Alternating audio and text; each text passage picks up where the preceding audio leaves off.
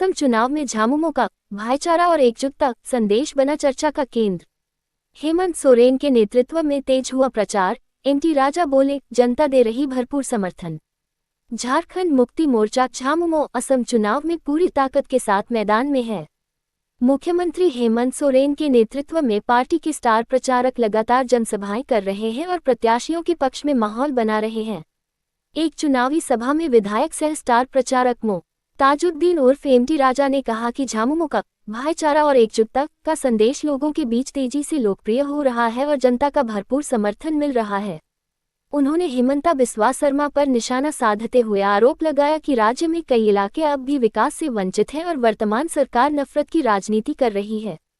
MT राजा ने कहा कि झारखंड की तर्ज पर प्रेम, भाईचारा और सामाजिक सौहार्द के साथ असम का भी समग्र विकास संभव है। उन्होंने दावा किया कि झामुमो को जनता का बढ़ता समर्थन चुनाव में सकारात्मक परिणाम देगा।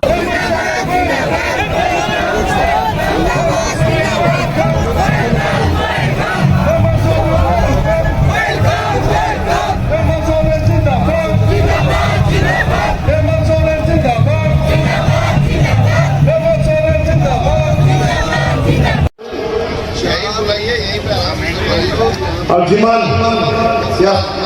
আজি এই নির্বাচনী সভাত উপস্থিত হৈছেহি সকলোকে ওয়েলকাম জনাইছো। আৰু আজি এই প্ৰগ্ৰামখন এখন সুন্দৰ গানেৰে আমি আৰম্ভ কৰিম। सोरेन साहब का गार्जियनशिप भी आप लोगों को निश्चित रूप से मिला है। वो इतने बड़े देश के शख्सियत हैं कि अब उनका डिमांड विदेशों में खास करके यूरोप तक कभी उन्हें गेस्ट बनाया गया है। और आज असम में जो धर्म और जाति के नाम पे राजनीति करने वालों को वो अच्छे से बताना चाहेंगे कि कैसे राज्य और देश को चलाया जाता है। नफरत से नहीं, हम प्यार से देश और राज्य चलाते हैं और चलाना चाहते हैं। उनका अपना लगाओ या मीडिया के माध्यम से लगाओ। जब आसाम का देख रहे थे तो इत्तेफाक था कि झारखंड में जब विधानसभा चुनाव या पार्लियामेंट चुनाव हो रहा था तो इस राज्य के मुख्यमंत्री झारखंड जाकर बहुत सारी लंबी और चौड़ी बात कर रहे थे। इसी बीच उन्होंने एक कमेटी बनाकर हमारे मिनिस्टर, झारखंड के मिनिस्टर, मेंबर ऑफ पार्लियामेंट, और उसमें मैं भी तकदीर में था कि मैं भी आया था। जब गहराई से गांव-गांव जाने लगा तो उनका स्पीच और डायलॉग कुछ और था और जमीन में सच्चाई, मिट्टी में सच्चाई कुछ और था। तब निश्चित रूप से उस टाइम तो ऐसा इन लोगों का घोटाला का दुकान है कि अगर हम लोग बोलना शुरू करेंगे तो एक दिन में भी कंपनी कम पड़ जाएगा। यहाँ एनआरसी के नाम पर, सीए के नाम पर इसको कहीं बांग्लादेशी बोलो, किसी को बाहरी बोलो, किसी को कराका बोलो। यही स्थिति आज यहाँ के आदिवासियों का भी। आज हजारों साल से रहने वाले लोगों को यहाँ पहचान नहीं मिल रहा। कल को वोट देने का भी आपका अधिकार छीनेगा और आपको बोलेगा आप इस देश का नहीं, आप बाहर चले जाओ या तो जेल में ठूस देगा। यही स्थिति है।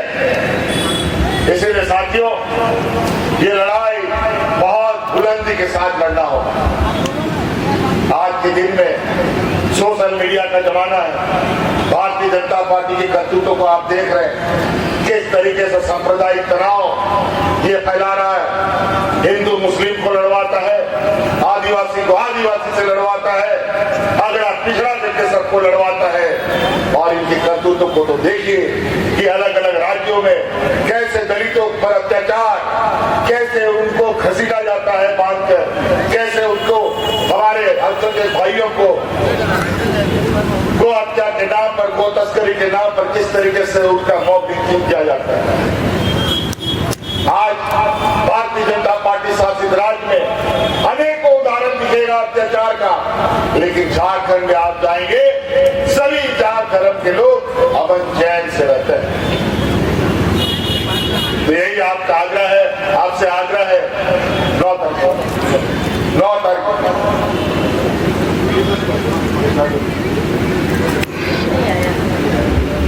तारीख का याद रखिएगा, चुनाव का दिन है। प्रीति रानी जी को हम लोगों ने तीर धनुष छाप दिया। ये छाप आदिवासियों का एक ऐसी पहचान है जहां भगवान बिरसा मुंडा से सिद्धू कान्हू तिलका मांझी तक जब देश आजादी का सपना भी नहीं देखा था, इस लाइन में लगा दिया और गैस सिलेंडर के पीछे लाइन में लग गया। अभी तो चुनाव चल रहा है, चिंता मत कीजिए। खाड़ी देशों में जो स्थिति उत्पन्न हो रही है, इस राज्य में भी, इस देश के अंदर में भी इमरजेंसी की स्थिति आएगी और ऐसा स्थिति पैदा होगा कि आप पता नहीं कौन सा लॉकडाउन फिर ये सरकार कर दे, जिस तरीके से लॉकडाउन इन लोगों ने कोरोना में किया था। ये लोग मजदूर, ये लोग किसान, दलित, पिछड़ा अल्पसंख्यकों के साथ खड़े नहीं होते। ये लोग व्यापारियों के साथ खड़े होने वाले लोग हैं। ये लोग देने वाले लोग नहीं है, ये लोग छीनने वाले लोग हैं। आप लोगों को बता देता हूं, अभी अभी हमको पता चला कि यहाँ के महिलाओं को 9,000 रुपया 5 साल में उसके खाता में दिया जा रहा है। मैं पूछना चाहता हूं यहाँ के सरकारों से कि 5 साल में 9,000 क्यों, हर महीना 9,000 क्यों नहीं यहाँ के महिलाओं के खाते में जाएगा। और यहाँ आदिवासी भाइयों से, यहाँ चाय बागान में काम करने वाले लोगों से मैं बताना चाहूंगा, बहुत आसान है। यहाँ के चाय बागान के लोगों को आज 250 रुपए मिलता है, महीना 700-750 रुपया होता है। आप हमारा साथ दीजिए।